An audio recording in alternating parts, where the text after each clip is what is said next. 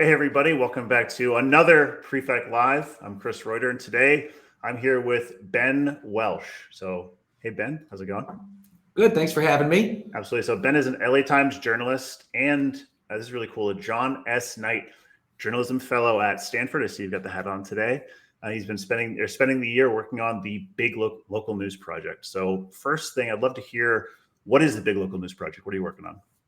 Sure. Big Local News is a program at the Stanford University Journalism School that's looking to kind of become a hub for gathering, analyzing, organizing large data sets for use in local news. So, whether you know it or not, there are computer programmers in newsrooms all across America who are using their kind of skills to grab data, wrestle it down, make sense of it, and turn it into stories, to find and tell stories. And the goal of the program at Stanford is to help newsrooms make that happen. That data journalism concept, I think one was definitely new to me. And you joined the Slack, you started asking questions, and I really appreciate you asking some interesting questions that I think will help other people to get started too. So you've already been a really helpful, valuable member of the community. I really want to thank you for that too. Ben was telling me before he came on, he's originally from Iowa. So hard question today. This is the Iowa question, Cyclones or Hawkeyes? Oh, it's definitely the Iowa Hawkeyes. I grew up near Iowa City, Iowa, and a big Hawkeye football fan. And I go back for a game every year. I was there for Penn State last fall. That's awesome. So today we're talking about the work you've been doing has been around web scraping. I think was really probably more relevant to a lot of the data journalists out there, but I think some of our other community members could definitely learn a little bit from your use case. So I know you're on GCP. Do you want to give a brief overview of what we're going to talk about today, and then we can get right into it? Yeah, I was thinking I could give some examples of the type of work that our team does to turn data into stories, into news. And then we could really dig into one of kind of our new projects that's still at an early stage that's trying to take advantage of Prefect to really scale up what we can pull off. That sounds awesome. Cool. So if you're ready, I'll switch over to your screen. Yeah, sure. Can you see it? Yep, looks all good. Great. So we're starting off here right now with a story that our team put out just this morning. So today in the Central Valley here in California, Lisa Pickoff-White, who's on our Big Local News team, teamed up with some public radio reporters in the area to do an investigation into shootings by the Bakersfield Police Department. The local department had been under some pressure to improve how it handles interacting with people who have mental health issues. Though the department's official position has continued to be in years that that's not really a problem when it comes to police shootings.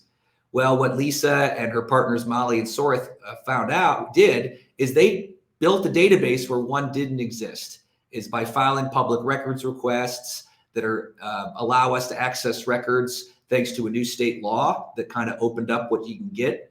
They built a database of every police shooting by the Bakersfield Police Department over a 5 or 6 year period.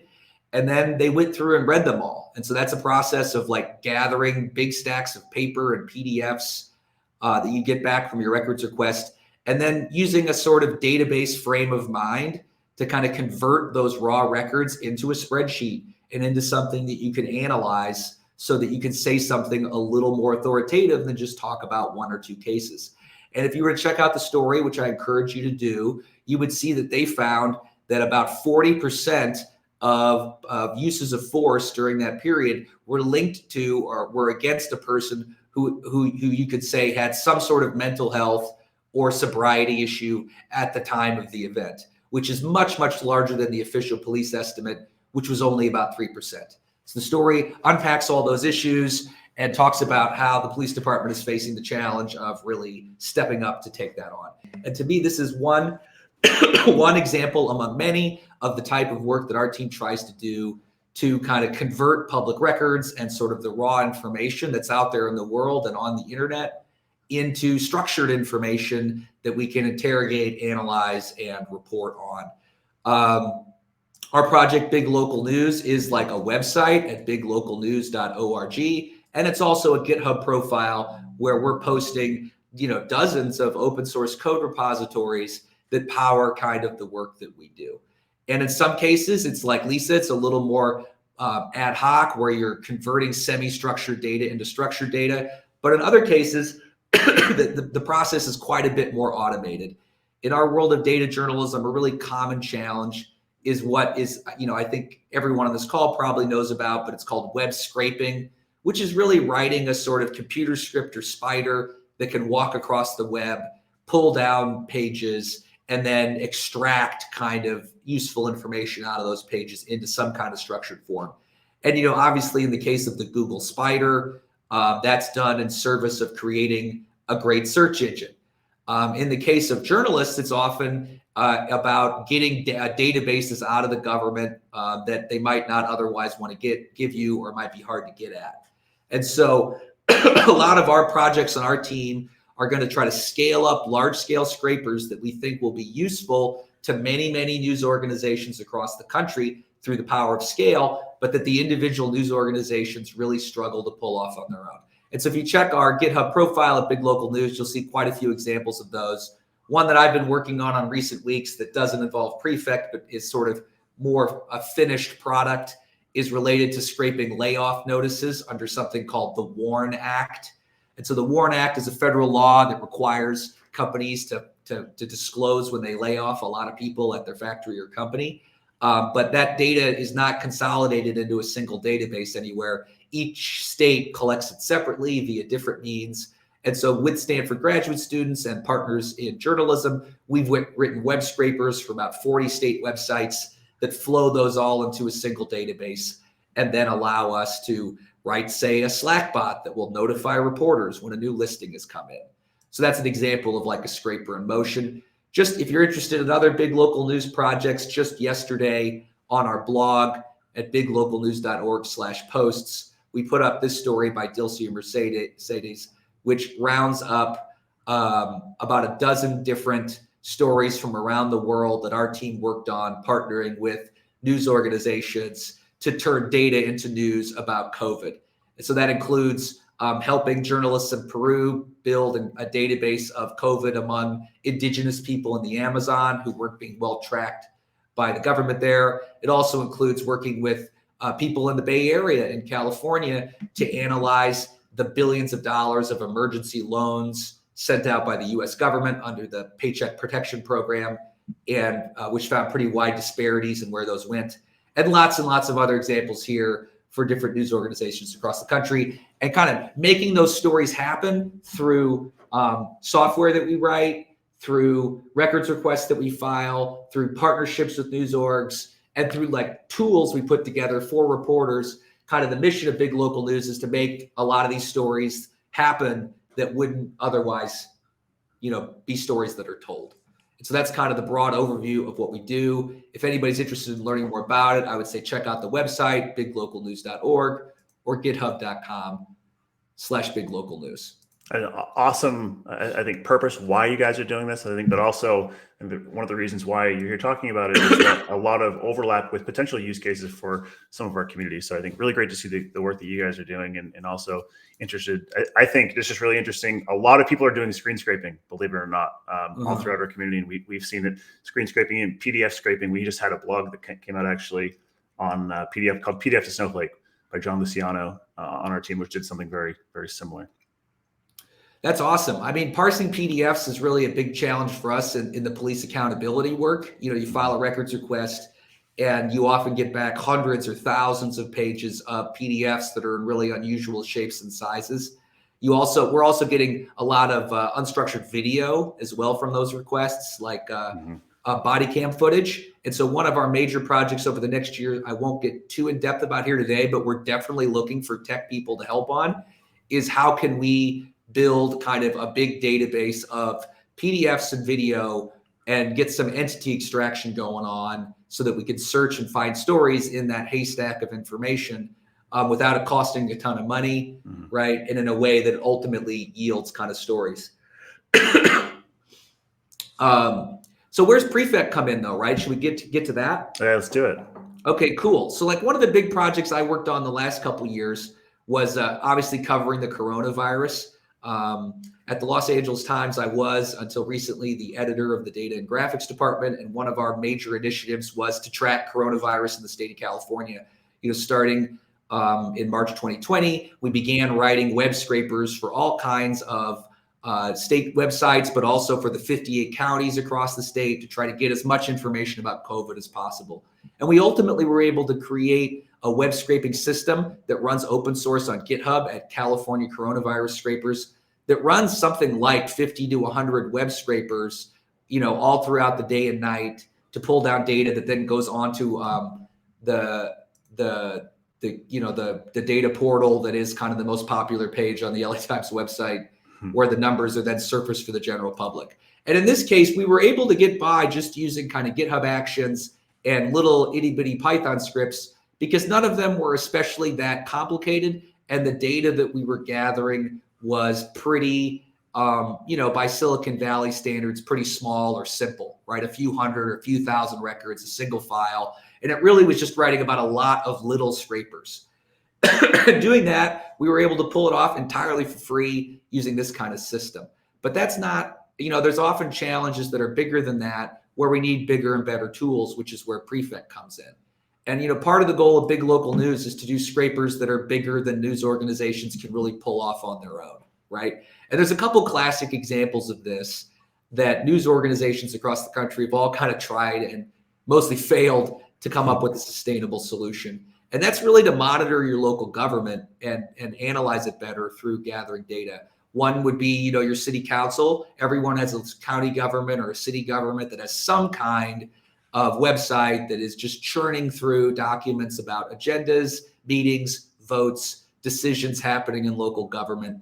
And the other is your county courthouse, which is where local judges are making decisions about who goes to jail and who doesn't, juries as well. And a lot of power is being exercised. And in pretty much every newsroom in the United States of a certain size, at one time or another, your local newsroom has had a nerd who's tried to write the scraper for that system.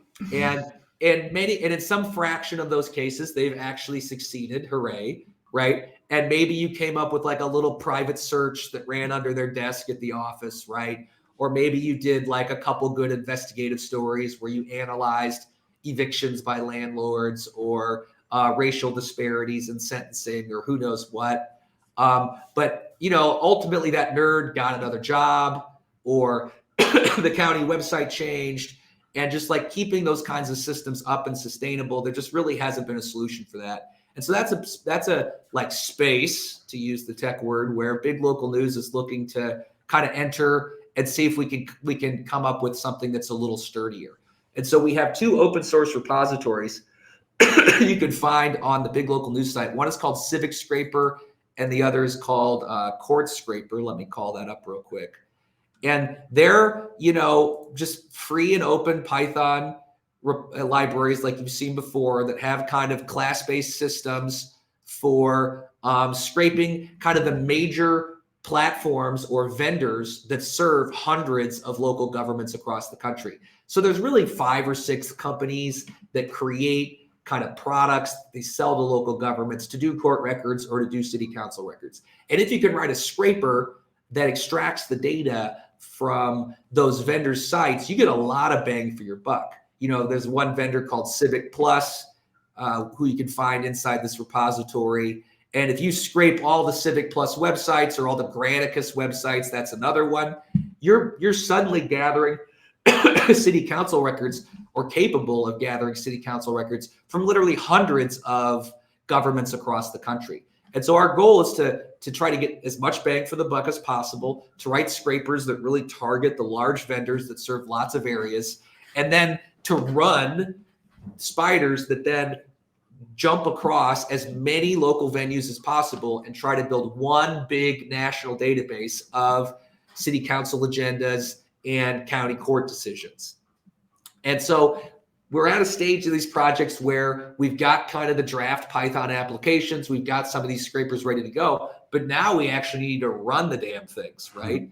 And GitHub Actions is great, but if you're going to scrape 500 county court websites or whatever it ends up being, and each one of those scrapers is going to take a really extended amount of time, and if they're going to need to store data, a lot of data in a pretty big data pool somewhere, then that kind of free tool you're using like GitHub Actions doesn't look so great anymore, right? And you really need to find a way to scale up. And I'll be honest with you, within the sort of like hacker world of journalism where there isn't a lot of money to be made, and we're all kind of like people like me, people who went to journalism school and are like faker coders, there really hasn't, this problem like really hasn't been solved within our little like niche. And so this is part of where we're getting Stanford behind it. We're trying out a tool like Prefect. Our goal is to kind of go a little further than the news organizations have really gone before. I suspect some of these problems might seem small to people who work in big tech, but we're trying to get over a pretty big hump for journalism to try to step it up to another level. And so what I've been working on the last couple of months isn't really these scrapers, it's the Prefect integration. And so you can see here, this is the private repository now. And so this is a private repository called the Civic Prefect Flow. And this is my kind of current effort to take that open source Civic scraper code we were just looking at from PyPy and the open source world of Python and install it so that it's ready to be plugged into a Kubernetes cluster running in Google Cloud, a sort of whole Prefect kit, so that we'll be able to schedule tasks that will run across hundreds or maybe even thousands of sites before we're done.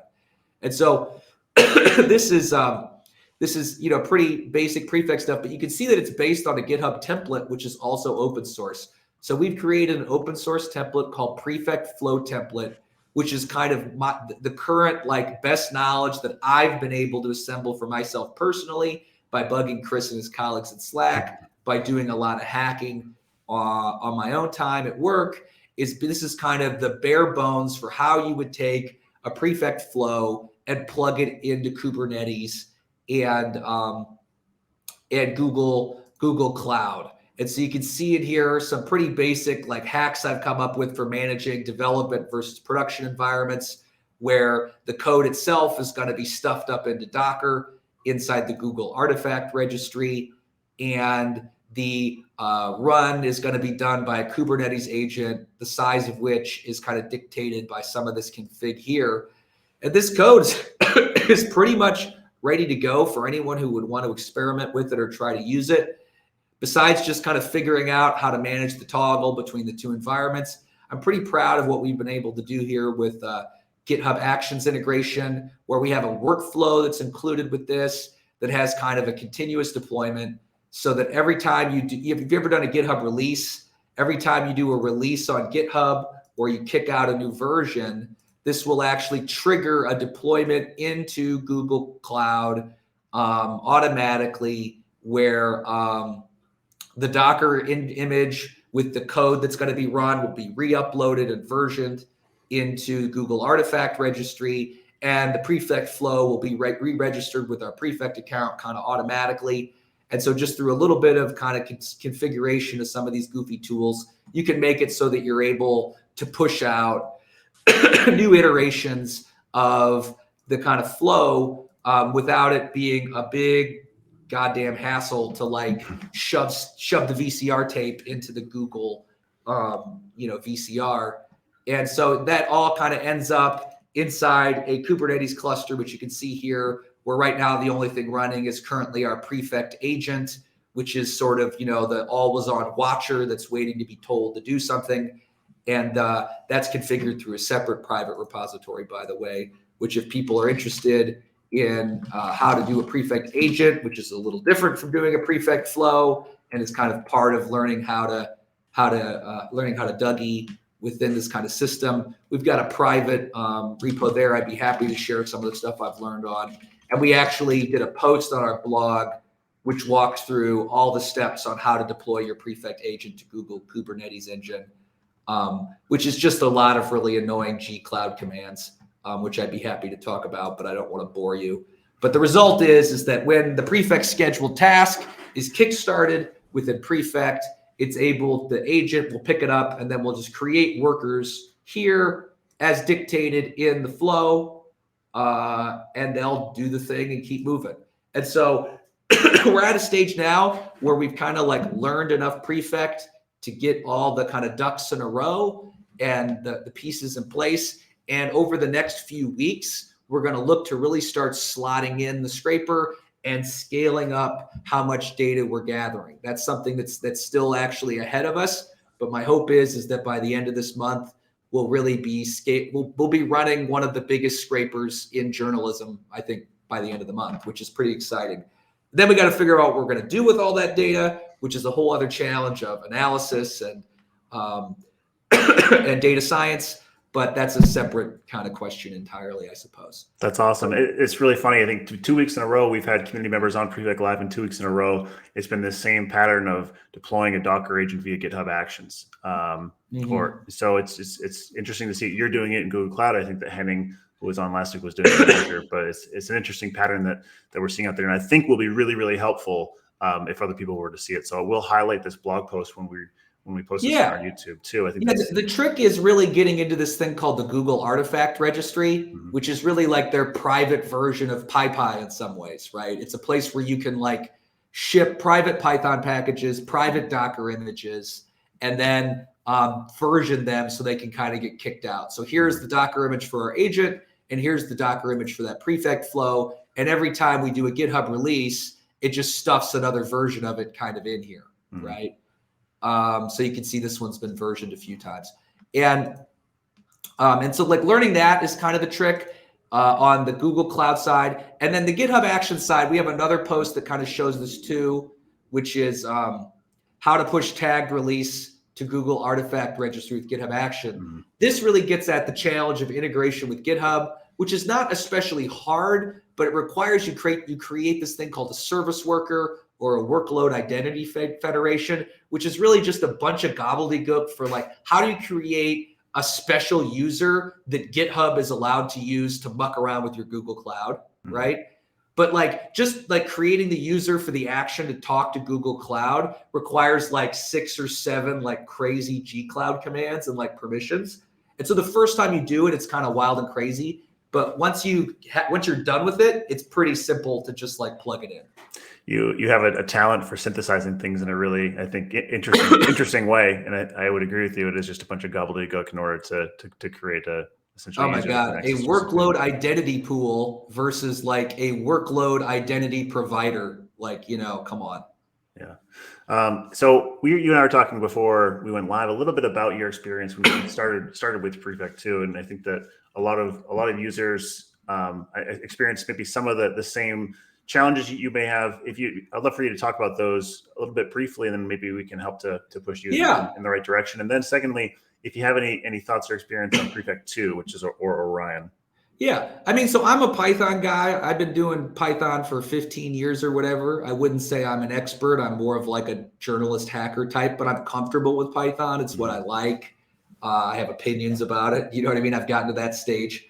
But like, and so Prefect, I think, is a really great thing for a Python person to get started because it's really well put together Python code. I think anyone who's a veteran at it will kind of recognize that pretty quickly. They have a lot of really good examples of how they've made flows happen. To me, the real challenge wasn't the Prefect code or the Python, which I thought came pretty quick. To me, the challenge was figuring out how to integrate it with Google Cloud and my hosting provider, right? Where it's like, okay, so I've got this flow. Like, how do I get it up somewhere so it's like running? And like, what exactly is an agent as opposed to my flow? And how do I make all those kind of things like run within the provider was really the challenge. And the way I got there was just like through, embarrassing questions and kind of stumbling my way in the Prefect Slack. So I really wouldn't, it worked great for me. I would really say anyone who's getting started, get into the Prefect Slack and just ask the questions like, how do I do this? And, you might be that, it could be that you're the first person to ask this or that, but you probably aren't. And the folks in there can kind of point you to some other resources. That's a big reason I wrote these blog posts as well myself and put together the open source flow template. Is one, I want our team and other people on my team to be able to learn this because I'm like our kind of explorer on this, but I also just want to make it so other folks can pick up the tech without it being a big hassle too. Absolutely. Have you read about 2.0 at all, or have you thought about? I know it's like a thing, and it's pitched to be better, but to be honest with you, I haven't even looked at it. Yep. No worries. And then scaling is one thing I wanted to touch on too, that we did talk about earlier a little bit. I know you probably really have no idea what the core usage will be, right? But how much data are you looking to scrape broadly, if you can say that, maybe number of pages. Maybe Yeah, I mean, we haven't really done the estimate, which we Yeah. should, but I think it's going to be millions of artifacts. You know what I mean? It's going to be, because if you think about it, like, if you go through the major courthouses in the state of California, the 5 or 10 biggest counties are doing tens of thousands of cases every year, in their local county courthouses. And then every one of those cases may have multiple records depending on how the website's set up.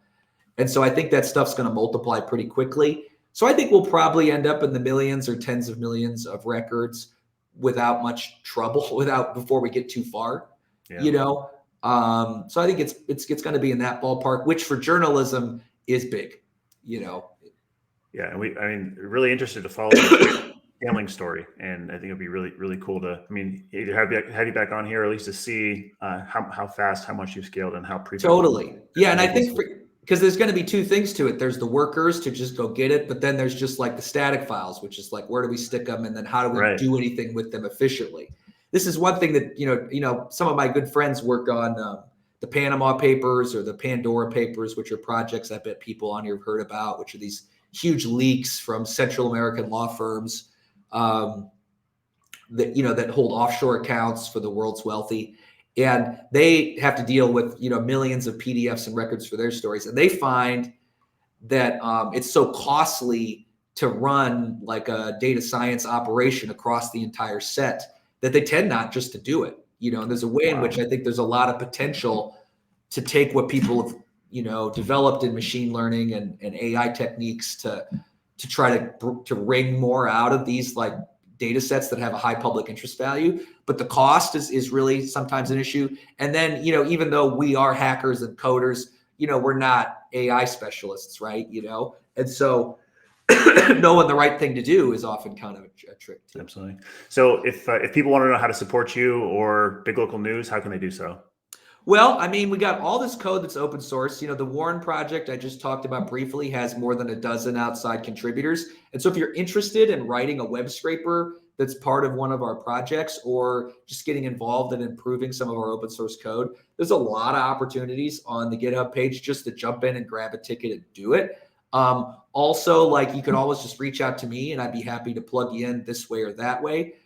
In terms of some of the bigger projects that I was talking about, if people are interested more in the big think of it or how we go about the bigger issues, just go ahead and reach out. I know that there's a lot of interest in the tech world and police accountability and some of these other stories. And, your talent and your knowledge is something that we could probably learn from. So I'd be happy to really talk with anybody. Awesome.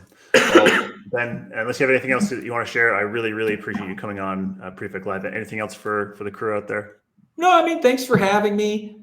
Thanks for creating kind of a positive community. Thanks for putting up with my coughing. I had a non-COVID flu last week, which I think I'm mostly over, but I'm not quite there yet. Absolutely. Well, thanks for being a part of the community. And I think you, along with everyone else, but you have helped to contribute to that positive community. So that's you for sure too. So thanks everyone for watching, and we'll see you soon. See you, Ben. Thank you.